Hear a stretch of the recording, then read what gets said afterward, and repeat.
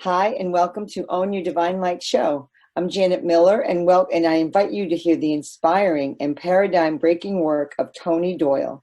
Tony is a transformational mindset coach, youth mentor coach, business consultant, counselor, author, musician, and philanthropist.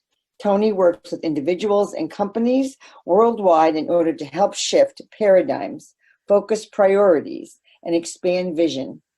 Tony partners with major like-minded organizations across the self-help and spiritually culturescape to maximize impact and spread his infectious version of positivity and inspiration. And Tony's newest adventure will be helping young entrepreneurs interested in becoming inspirers, motivators, and influencers who navigate the social media landscape as they aspire to greatness. This project includes the launch of a new podcast, a new YouTube channel, and the development of an online hub, TonyDoyleInspires.com. Wow, Tony. Did you do enough there, Tony? Welcome, Tony. It's an honor to have you here. Thank you very much. It's a pleasure to be here. Thanks for inviting me. Thank you.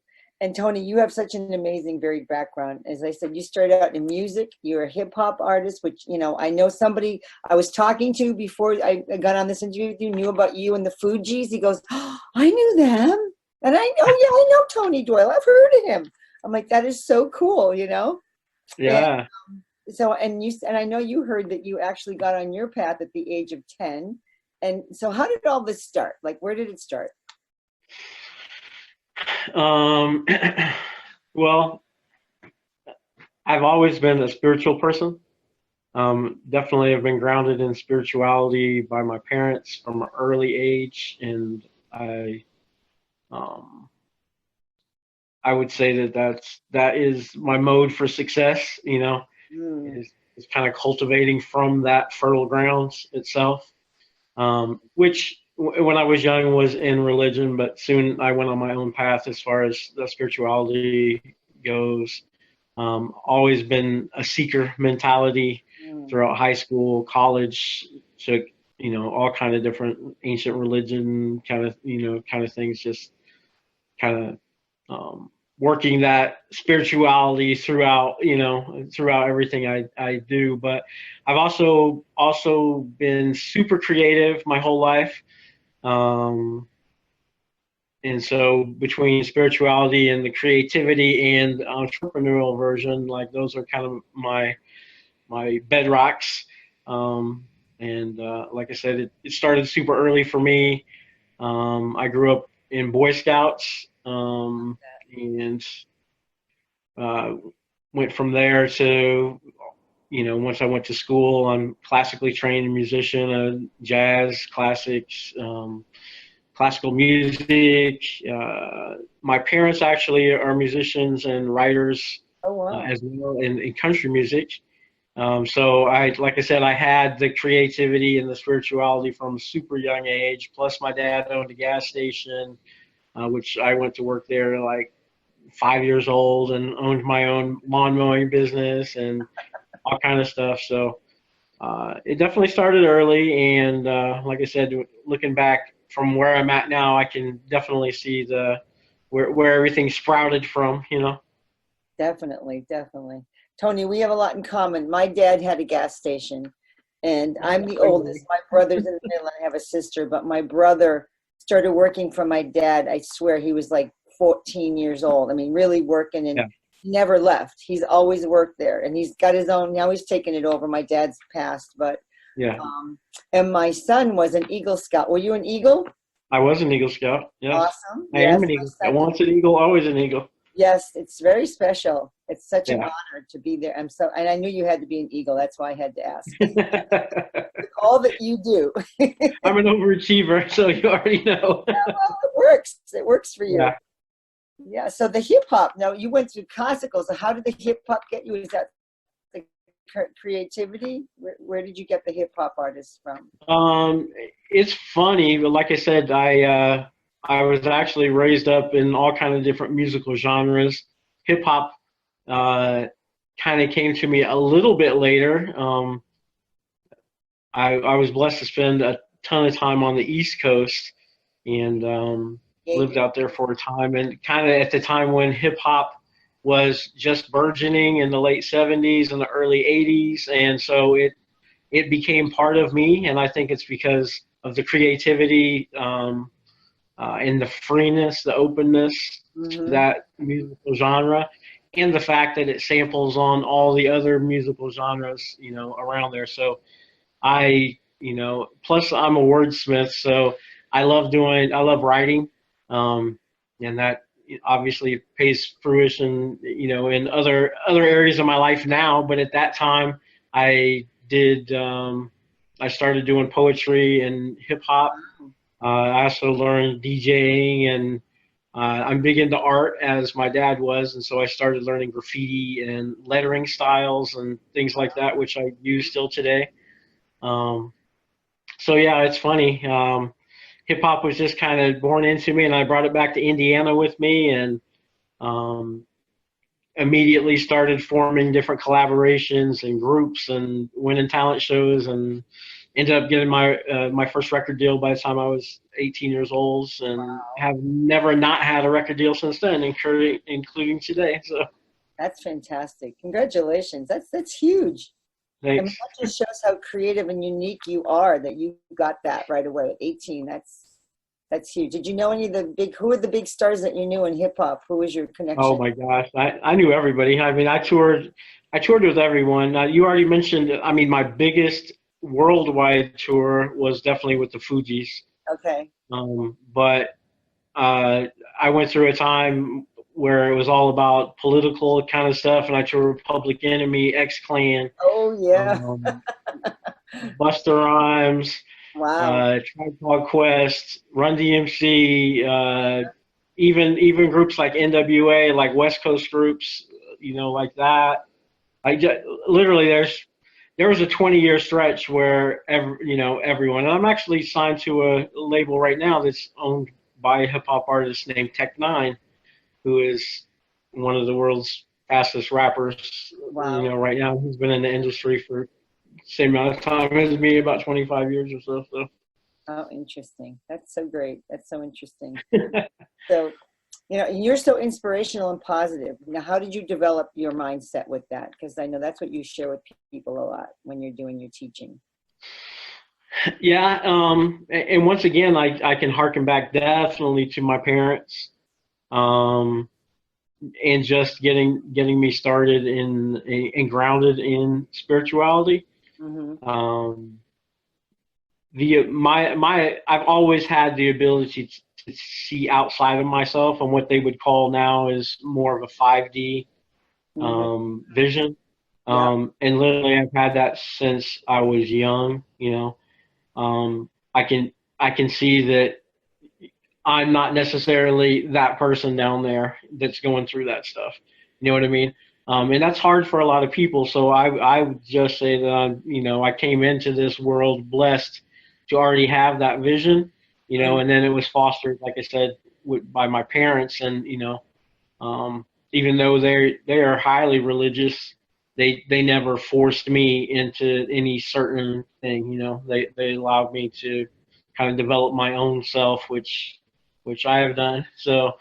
But like I said, I think my positivity comes from that vision, and really not seeing myself as this 3D being that, life is happening to, but more of a conscious creator.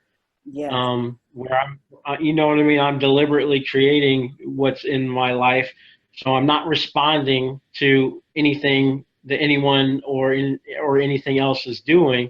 You know what I mean? So I'm a person that can, correct. I'm not a reactor. I'm a creator. So that mentality alone can completely save you, because I see people who get stuck, in this 3D reality, and just can't find their way out, and that's kind of one of my biggest missions, is just to try to raise the vibration enough to get them to see that there are other things. Yeah. And I know you work with the law of attraction, you do mantra work, you do affirmation work, and all of this embodies what you teach people. And you've also, Absolutely. Yeah. yeah. I'm definitely a seeker. So, all things, it's funny because a lot of people consider spirituality to be a thing, and I consider spirituality to be the thing. Uh-huh. Yes. What I mean by that is I think we are spiritual beings having an earthly experience. And if you extrapolate that out, literally everything we do is spiritual. You know what I mean? Every single thing. So if you look at it in that manner of speaking, it's also a lot easier to stay positive about it. So you are the universe. You're a universe in a drop. You're a universe in a small container while you're here, but you're so much more than that. So yeah, I'm a seeker. I love doing all kind of things and helping people. You actually caught me right now. I'm backstage at the Flow Genome Project, working on biohacking mindsets and flow, like a flow state, and you know what I mean, those type of things. So Wow. it's never ending. I love it. That's really cool. That's amazing. So I know you know many well-known world-inspiring mentors that you've worked with. Could you tell us a little about them and how they influenced you and how that carries on in your work? Well, as far as I always like to say that Yoda was my first guru. So, I don't know if you know or not, but Steven Spielberg wrote Yoda with the Eastern philosophy. So he actually has a lot of Buddhist and Taoist type of leanings in his. So that actually literally did help me a lot as I came up. But the funny thing is, as far as getting in law of attraction and kind of switching my flow to this type of reality, I guess I would say.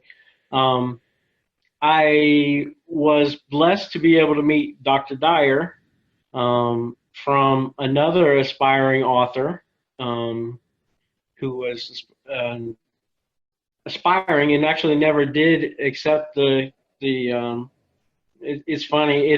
It's funny how things work out. Not to backtrack a little, but the funny thing is, so I met this person, and she was trying to publish with Hay House. Of course, Hay House is the biggest, spiritual publisher on the planet. Yeah. She was attempting to publish with Hay House, and it was a done deal and all this stuff. Anyway, so we had an opportunity.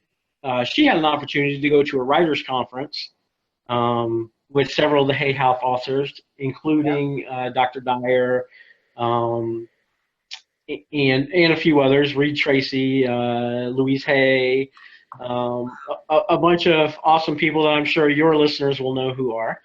Yeah. And the funny thing is, so I was introduced to him very shortly after, she decided not to publish with them. Wow. And actually went her own way. And so, but the funny thing is, I really think our whole connection, mine and hers, was for me to get connected with Dr. Dyer, because he ended up being my mentor, and he wouldn't call himself a coach, but we literally had a weekly call. I've been to his estate on Maui, I've been to several different things, and he's the one that got me hooked up with Hay House. And like I said, Reed Tracy, Louise Hay, who all of us in my generation, she made us call her Grandma Lulu. Oh, so when we went to California, it was Grandma Lulu. Wow. Of course, she's passed at this point. She's transitioned, as has Dr. Dyer. But that was definitely my beginning influences. As far as on the spirituality side, I've also worked with Robin Sharma. I don't know if you're familiar with his work, but he was actually a monk at one point. Okay. And now he is huge into leadership. He's actually one of the biggest leadership entrepreneur coaches on the planet. And when I say big, I mean 7+ figures, multi 7-figure, like Elon Musk is a client type of person. I got it. Now. So I was, so I was able to work with him. And then the funny thing is, as I was thinking about moving into coaching, I started working with Mind Valley, and that just sprung up, and now I'm, very integral with, almost all the programs I do and everything have to do with Mind Valley. And, I love Vishen, the CEO there of Mind Valley. And I heard we have a little connection, a little Vishen connection there as well. So. It was just amazing when I realized that my son graduated from Harvard Business and his keynote speaker was Vishen. And yeah. I know Mind Valley. And then when I was looking at it, I said, that's who it was. It was him, because it was such a unique concept. And here you are. You work with them. You do all that work. It's such a wonderful. Yeah. So, yeah, for those, I'm sure most of your listeners know, but Mind Valley is really taking over. Really, Vishen Lakhiani, who's the CEO that we're speaking of, his vision for Mind Valley is to completely revamp education system in the world. Well, we need it. That big. It's good. Yes. And he has so many projects. I mean, obviously for a while, he started as doing meditation and teaching meditation, and then teaching people to teach meditation to raise, more and more. And he's went from there. And I'm sure a lot of your listeners have probably taken some of the courses and programs through Mind Valley, but now they have Mind Valley Campus, which is a month-long thing where you go there with your kids, like whole families go there and have courses. It's like a college campus. It's 1 month a year in different places all over the world. Obviously, we do A-Fest, which is in Portugal, coming up here in a couple months. It's just so much stuff. So I love all the stuff that they're doing and working with them as a facilitator there. Like I said, I'm working with Hay House still. I've been blessed to do a couple of TEDx talks, 3 actually. So I'm hoping to get on the main stage one day, but we shall see. You have to have a viral video to be able to be out there. Right? Oh, working on it.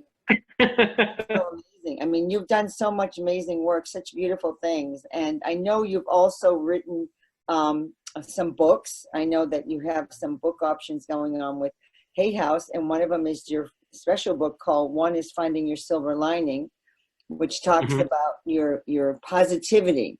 And that's where how did that happen? How did that book develop? That book I would say is kind of my seminal effort of everything. And it started way back, in meeting Dr. Dyer, actually. Like like I said, I was into poetry and hip hop and things like that. And I was doing a million things, but I didn't consider myself a writer. And I never thought about even doing a book until I met this young lady who was pitching a book to Hay House, and then in working with Dr. Dyer, at first he wanted me to do a memoir at that point in my life, which I consider maybe the halfway mark, you know what I mean? Sure. Just as far, because I had just at that point switched over, and I have actually started that memoir. I actually started at that point, but it's ongoing. So that memoir, not to get away from your initial point, but the memoir is called On Pens and Needles. I love that. Using a play on ink pens and needles, like DJ Needle. And keeping on pens and needles. So it's kind of a double entendre of being on pens and needles, like being in love with your life, and about writing and DJing, and so that's my memoir. It's copywritten. Nobody steal that. I love it. So that's a work in progress, as am I. But yeah, so I also started developing this, and he is one who pointed out early on, as have a lot of people, about my ability to stay positive in negative situations, and to teach others. So he early on said, you should write that down, you should put that down, you need to write that down. So I started doing that, and pretty quickly I was able to develop a manuscript, and we call that Finding Your Silver Linings. And Hay House does hold an option on that. We kind of discussed before the talk here. I actually have a follow-up book to that, which Hay House just bought the options on. So now I have 2 books in option. But it's actually, I mean, it's the same subject matter. It's just kind of related in a different way. And that book is called Above the Fray. Mm-hmm. So I've got Finding Your Silver Linings, and I've got Above the Fray. And then the memoir is On Pins and Needles. And then I have a 4th manuscript, which is almost completely done. We'll probably finish that up this year. The foreword of that was written with Trent Sheldon, who some of your listeners may know from Rehab Time, who is huge into relationship, kind of relationship therapy and advice. He's just recently started coaching on that individual and group coaching as well. But that's called The Other 23, and it's talking about the 23 hours that you're not intimate with your partner, like getting along. It's really about the friendship, which I consider the most intimate of all, but a lot of people don't. So really the whole idea of the book is to develop those 23 and let the 1 hour fall as it is. The 23 is what's going to get you through life, Mm-hmm. the other 23 hours. Wow. But yeah, so that's my writing so far. I also have a few kids books like in mind that I want to finish up. I've got a whole series with some characters and things, but kind of teaching positivity to kids, which is a whole other side that we haven't talked about to what I do. Yeah, which I want to get to that. So I know you love working with the young people. So tell us about that. You're mentoring them. You're working with them. How are you doing this? How is it working? What's your program? So currently, I do. I have a contract, but I work with school age kids, mostly middle school and lower, but a few high school kids as well. But it's really on positivity. It's on anger management. Mm-hmm. Some of them may have like mental health diagnoses. Some may just be behavioral health type of things. So these will be your troublemaker kids for whatever reason in school. Like that's who I love to go in. So I'll actually go into the school, work with them in the school corporation. I also work outside of that, and I do individual coaching for some clients as well. I have clients as far as away as Ireland, kid clients. So. Great. But I love doing that, and like I said, I've actually been doing that since I was a Boy Scout myself. You obviously are familiar with the program. Boy Scouts are boy-led programs, so once you get to be 14 or something, you're what's called a patrol leader or something. So you're really the go-to guy for the younger, and I really think that program, along with others, has instilled that in me. But I've always, no matter what I've done, I've always liked to work with youth.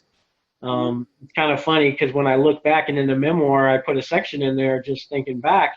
I've always either had a job working with youth and did music on the side, or had a job doing music and worked with youth as a volunteer on the side. Wow. So, like literally for my entire life, for as long as I can remember. So I love that part of it. And it's funny, we were talking earlier, it really at this point in my life, it's about bringing all those passions together into one place and not keeping them separate, but I'm really trying to bring the music and the spirituality and the kids stuff and my writing and poetry, everything I'm trying to bring together into one hub, and that's what's going to end up being TonyDoyleInspires.com once we get it all done. So we've just started. Couple T-shirt designs out there. We got coaching stuff. I've got some music up. So it's going to be pretty nice when it's all done. I heard you had hats too. You're designing hats. I do have hats. I'm a hat master. If anybody who's ever seen me speak on whatever platform, I doubt you've ever seen me without a hat. Never without a hat. I myself have probably about 60, and I design them, and I actually run in circles with designers, and we design hats and T-shirts and all kind of different things like that, as well. So. Wow, I love that. You're so prolific. I mean, you just keep going. You just keep bringing in new things, and your interest is just constantly expanding and changing, which I think is just, so important.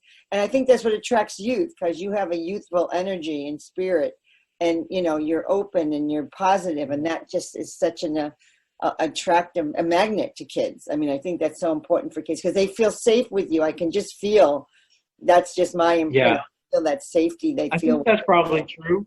And you know what, too? Like our generation are way more hampered and hindered than the young generation in so many ways.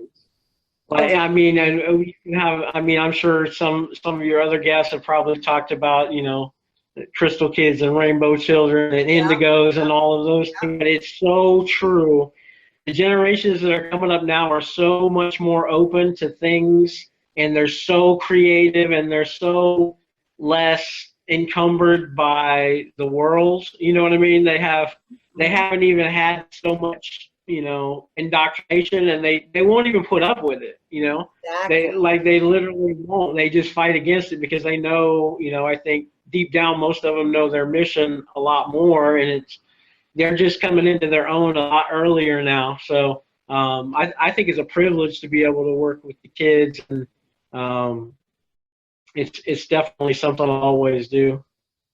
Yeah, and plus it keeps you so fresh in your thinking because you're seeing them and you're going, wow, look at how they look at that problem and look at how they're approaching that. It expands your thinking too. So you're helping them, but they're also, it's like you're getting it too. It's just a beautiful process, the whole thing that you're working with. Yeah, love it. Absolutely. Yeah. So, and when you're working with in the Mind Valley, they talk about consciousness engineering or mind mentoring. What else have you done with that, with people and with this new style of learning?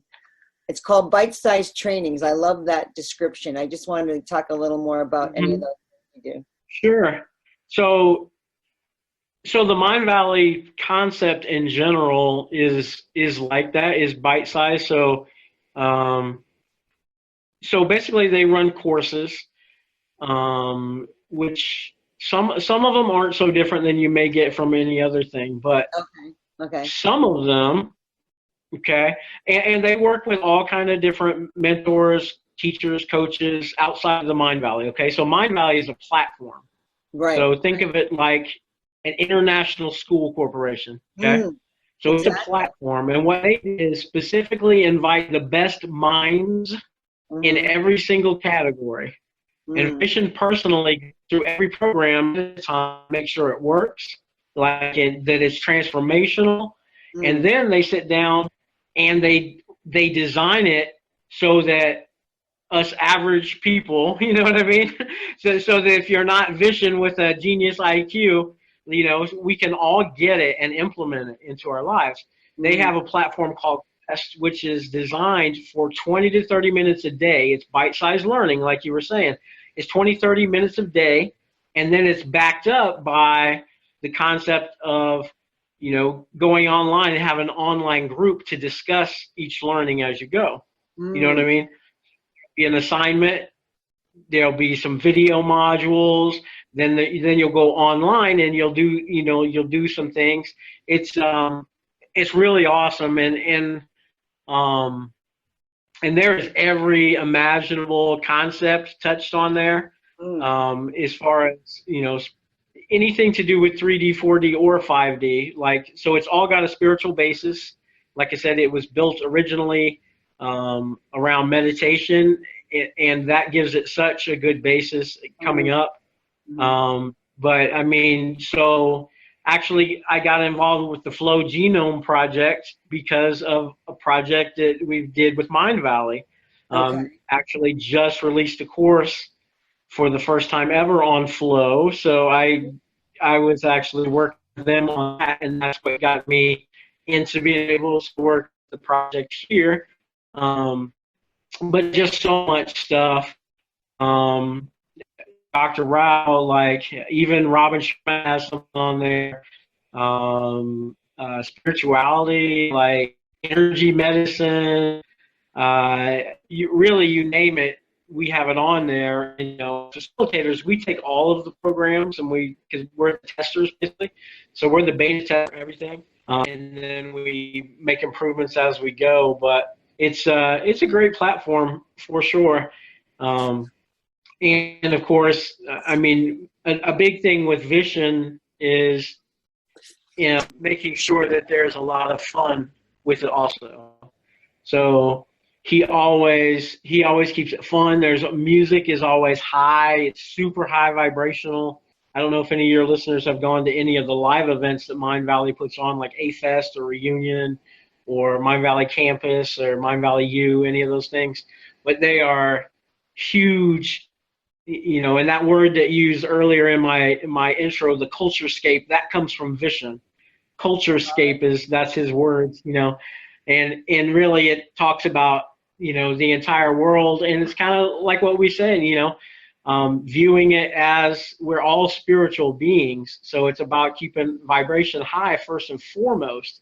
And if you use that as a bedrock and a platform, and then you do everything, even the 3D stuff, if you do that from that bedrock, you know what I mean? It just makes everything so much better, and it ties all the ends. You know what I mean? All these things that look like little loose ends that lead nowhere. It ties them all together. You know, if that makes sense. It's amazing. Yeah, it's amazing.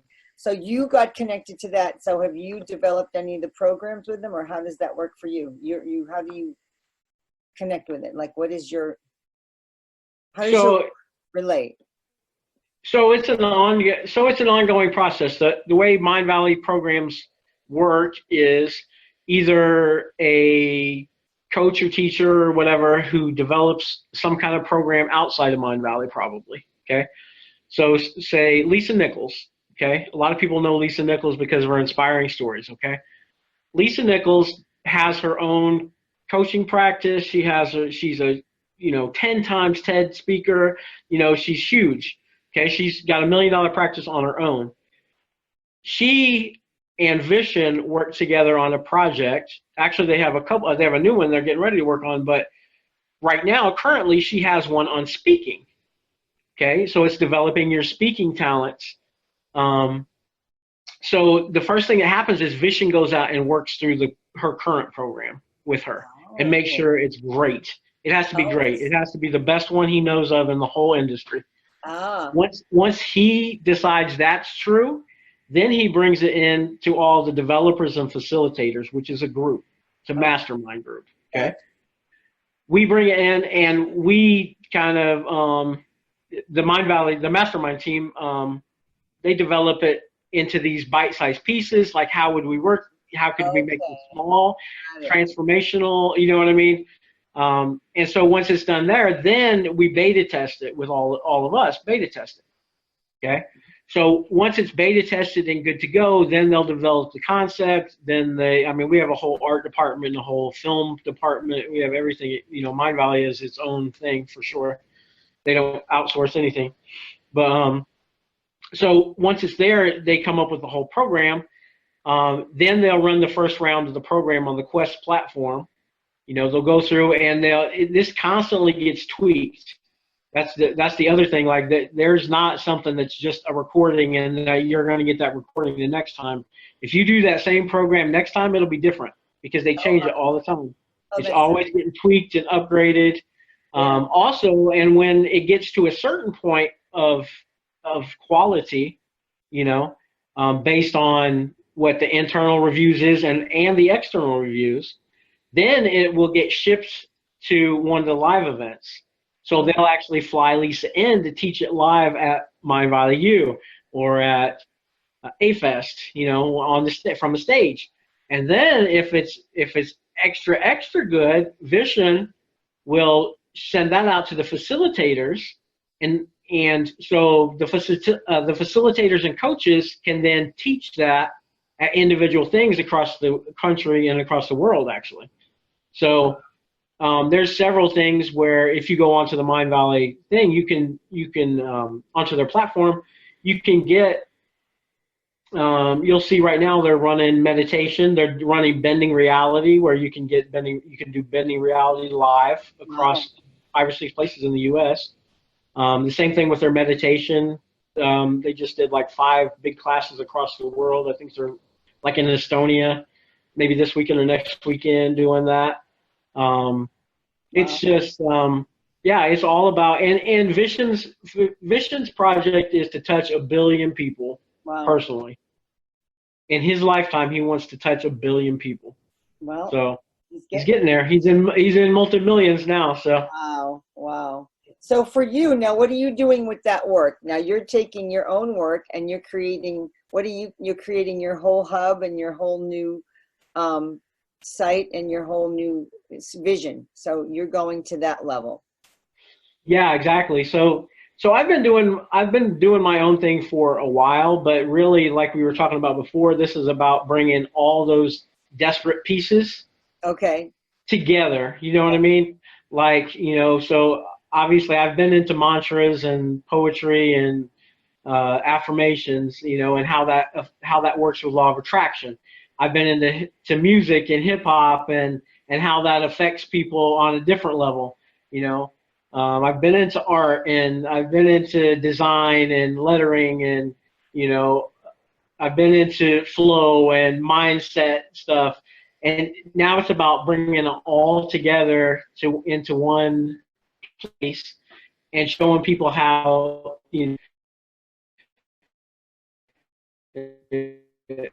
things together, like actually, this is how you be fulfilled. I work on a concept called the 4 internal pillars, that is mindset, which everybody coaches. Mindset is a huge part of it, because if you can't get out of your own way, you can't get to the other 2 or the other 3. So I would say mindset is about 70% of what we need to work on. Okay. In addition to mindset, though, we also have heart set. Okay, and I've done some work with the Heart Math Institute, and we know that thoughts become things, but only through emotion. So you have to have thought, then you have to have feeling, then when it joins with the power of the heart, that becomes an emotion. Emotion is energy in motion. Okay, so to project that thought, to make it manifest, it has to join with heart. So that's your heart set. What do you love? What do you truly love? That's your passions. Okay. So you've got your mindset, you've got your heart set, then you've got your soul set. Okay. That's intuition. So that's listening back the other way. So you're broadcasting, but are you also receiving? Okay. So that gets into your meditation, that gets into nature, that gets into grounding, all of those things. All right. So we've got mindset, heart set, soul set, and I think the 4th pillar, especially while we're on this 3D planet, is your health set. And I say that because without your health, and I'm sure we've all had health challenges, without your health, you can't get through any of the other. You can have the highest mindset possible, and if you're on your deathbed dying of cancer, it's very, very hard to get to anything else. You know what I mean? Yeah. If you're even not to that extreme, if you're not physically able to keep up the rigor of doing all these other things like I do, you're not going to be able to be a happy, successful, fulfilled person. So I feel it takes all 4 pillars to the best of your ability, whatever that means. So obviously some people are born with challenges in one areas already. So that may, So there's something that we can work on. But whatever to the top of those 4, the problem I think is that people don't address all 4 of those. So in my Consciousness Creators, we just went through a project called the Consciousness Creators here in January.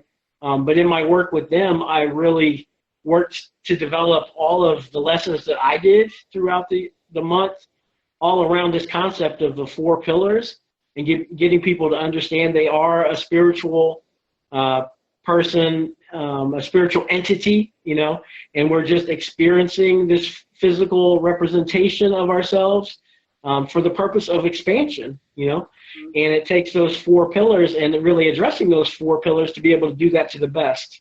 To live our best version, as everyone likes to say. It's a little catchphrase now. Live your best life, your best version.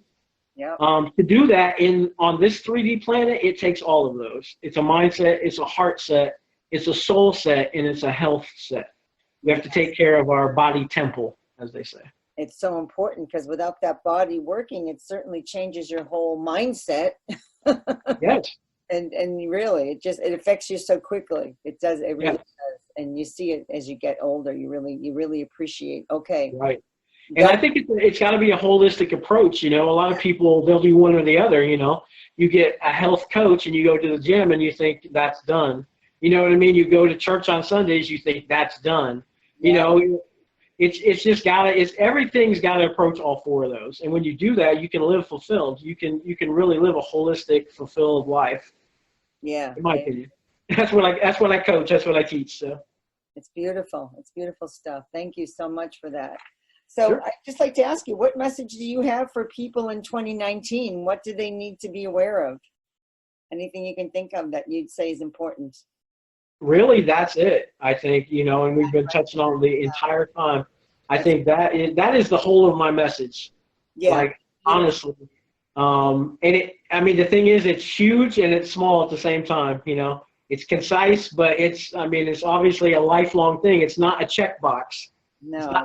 You can be like, well, did that, because guess what? You're going to wake up again tomorrow and you have to do it all over again, you know? Yeah, it's a journey. But it's a beautiful thing is the thing. So my thing is, I am a positive person, and I think positivity is very important. I start my morning super positive. I try to operate out of love as much as possible. I try to create and not respond. And obviously, those are daily challenges. You know, we live on a 3D planet, and we interact with other people and other entities. So those are challenges, but there's definitely ways you can prepare for those things. Yeah. And I teach that, and I teach that to my kids. You know, and in my work with kids has been really great in developing my work actually with adults, because you have to make it even more concise, and you have to know exactly what you're talking about when you talk with kids. You would think it's opposite, but it's not. They will call you on your BS so quick. Yeah. And have, you know what I mean, where adults are like, I don't know, and they'll have doubts. Yeah. The kids, but how's that even possible? You know what I mean? You'll have to explain on the spot. I love it. It's so true, you know, if you can get concise to that, but it's all about getting prepared, you know. Like in anger management, I developed with the kid what's called an anger control strategy. And literally it's identifying red flags and triggers that may have happened in the past, or something they see somewhere else and someone else. You know, we'll go through a whole series of how would that make you feel? And as soon as we get something that would spark anger, then we write that down. That's a red flag, you know, or it could potentially be a trigger. Then we develop coping strategies, distraction techniques, and anger management skills to divert that, you know. So obviously if it's at a red flag, and this is true for all of us, okay? If we see something that's at a red flag, we know we're going to eventually have to react to. The first thing we do is we can do distraction techniques. We can get ourselves out of that, you know. That means either raise ourselves to a higher vibration so we're not even recognizing it. You know what I mean? So out of that physical proximity, you know. And then there's additional coping strategies. So if it's in our face and it's actually triggering us, still have the choice. We can still pause and practice a coping strategy. Okay? So once again, we can pause and walk away. We can, you know, we always have a choice. So I teach that to kids, and like I said, it's actually been very instrumental in developing my teaching style for adults, especially for those folks like transitioning between 3D, 4D, and 5D, because I feel like it has to be really, really concise, because it has to make sense on all three consciousness planes, if you know what I mean. Yeah. You know, so obviously a 5D person looks at things from a different perspective than a 3D person does. So it has to be able to resonate on all three levels. So that's what that's where my work is, I guess. So that's what I constantly am trying to do, is refine that process. Yeah, that's great. What other distraction technique do you use with the kids? You talked about, like, you can choose, you can stop and pause, but what else can they do? Is there something else? So much stuff, like art and music are two of my biggest ones. Really, Okay. any creative passion that resonates with them. Mm-hmm. And the thing is, some people think they're not creative. So one of the first things I do is always help them identify where they're creative at, because we Oh, are creators, all of us. that's So true. even people who think they're not creative, they just haven't discovered their passion, or they haven't allowed themselves to do it. Right. Someone probably told them when they were 5 that they didn't sing well, so they stopped, Right. or something. So true. Wow. Yeah. That's, So I love that. my biggest thing is creativity. So whatever that, however that resonates for them, art is a big one because it's such a broad spectrum that they can find something that they like to do or would want to do. So once again, I use everything in conjunction. I use meditation and art. I use art to bridge meditation into visualization, if you can think about that. So Wow. what I'll do, especially with a kid, if they're having problems visualizing, I'll ask them some coaching questions, like, what does your most peaceful, happy day look like? Mm-hmm. Mm-hmm. Draw that. Whether Okay. they know it or not, they're visualizing it to draw. You have Sure. to be able to draw it. If they can't even visualize it, I'll bring up a picture and let them draw it. Because once they draw it, now they're visualizing it. Ah. Then I say, close your eyes and you think of that. So we'll do breath work. So before we even do meditation, I teach them how to do breath work. Just the actual deep breathing to calm. Then I'll say, picture that visualization, and then I'll work that into an entire meditation. And then I'll add an affirmation into that they can say during the day. It's to me, it's all about a holistic approach. But Hmm. so it's really about what I call stacking. I like to stack those distraction techniques throughout the day to keep the vibration super high, and really you avoid all the potholes, or a lot of them. Mm.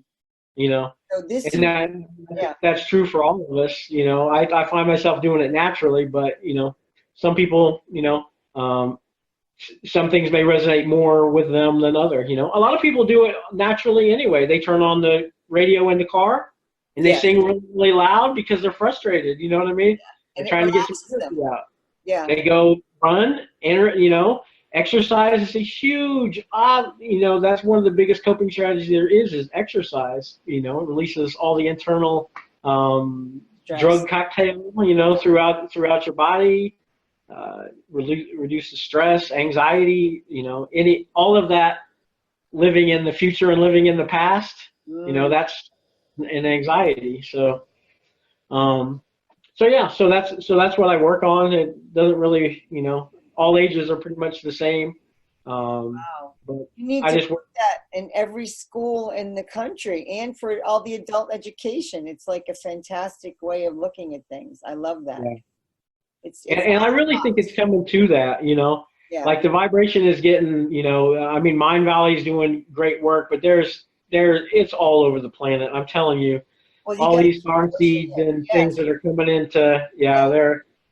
it's everywhere. And now they've got a ton of school systems where meditation is normal.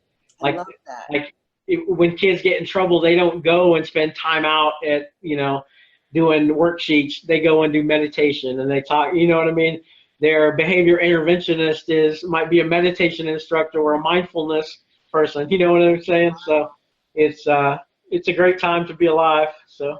Yeah, it's so special. I mean, really, I haven't heard of that in the East Coast schools yet, so I'm interested to see if that's around here. Do you know if it's in the East Coast yet? Yeah, and around, you know what, in around college campuses, those Okay. things are a lot more prevalent because a lot of the colleges send people out, send their students out to do those things for the school corporation. Okay. Um, and once you can prove that it's helpful, the school, of course, all they want is some help, so they're not going to pass up some free college kids coming in, some mentor, you That's know. true. Wow. But yeah, I believe it is out there. But it would probably be in somewhere close to a college campus at this point. But Yeah. There's a few around Connecticut because I'm in Connecticut, so we have like mhm, Wesleyan and we have UConn, which is huge. We have yeah, University of Connecticut. I'd be surprised if there's not, and it may be under a different thing. They may call it mindfulness for kids. That's true. All kind of, there's different, different taglines because, whatever resonates with people. People are trying different things. So. Yeah, so it's so wonderful to hear that this is where the expansion is going for us. I mean, it has to start with the kids. I mean, really, I mean, and then the adults start getting interested. If their kids are doing it, it may connect with their parents, and they're like, "Wow, how did you do that? I got to try that." Exactly. From our kids, very easily. Yeah, absolutely. Yeah, it's great. So, well, thank you, Tony, so much for everything today. And I know you have a gift that you'd like to share with us. Would you like to tell us about it? Sure. So I developed, and I was telling you a little bit about the new platform. It's going to be TonyDoyleInspires.com. Yeah. So over there, and I think you have a link that you'll be able to send out for everybody. But this is going to be a really great spot. So the first kind of multimedia project that I've come up with, I'm going to release here to your listeners. Really? International consciousness creators. And what I've done is come up with an affirmation. Mm-hmm. And that's one thing I teach, by the way, is because people don't really understand how to make mantras or affirmations and like the importance of words. Words create in a lot of different ways. So anyway, I totally believe in affirmations and mantras. So one thing is I've developed over the course of a long time this affirmation. Okay, and the affirmation says, "I am grateful for the knowledge of the God within. Divine abundance flows to me easily." Oh, okay? I love it. So every single word of that is important in there. Okay. So what I've done is I put together a little multimedia project. Okay. And I'm going to release that to your listeners for free. Wow. So it comes with a beautifully designed poster of this affirmation that they can put up wherever they want, so that they can constantly be reminded of it. Okay, and realize affirmations work by repetitive nature. Okay. So you need to say this a lot of times, any affirmation that you do in your life. Okay. Mm-hmm. So because what we're trying to do is get into our subconscious, right? Yes. Repetition. All right. Yeah. So it comes with a beautiful poster. I also have a complete PDF, what they call a white paper, breaking down each of the parts of the affirmation and why they're important, and kind of teaching people. So if they want to make their own affirmation based on their own goals, you can kind of substitute your own words in some of those things also. You know what I mean? But the format is the same, but it kind of breaks down the entire thing. And then what I did, I actually made a little song out of this. So there's a 3-minute audio clip. Really? Oh my gosh. Produced music. It's kind of a hip-hop jazz thing. I play like upright bass and piano and drums. And it's got the affirmation going in it. And then there's a blank spot where you say the affirmation. So I say it ahead, and then you say it, and then we say it together. You know what I mean? And it's a little jazzy little beat thing. It's something you can put in your headphones when you're working out, play it in your car. You know what I mean? And then, like I said, you can have this taped up, or you can have your poster at work or in the bathroom or wherever you want. Make multiple copies if you want, put them wherever. So hopefully your listeners will like that. Like I said, it's the first one. I plan on doing several of those, and there actually is a video version of this getting ready to be made. We're developing it into a full-fledged hip-hop song, like a conscious hip-hop song, based with this affirmation being kind of the chorus and the bridge part. So you'll see more with this, and it's going to have a video shot with it, and we're in the process of doing. But yeah, so I hope your listeners enjoy that, and your enjoyers listen to that, and and all the above. It sounds so. I've got chills all over me. I'm so excited. I can't wait to hear it myself. That sounds awesome. So great.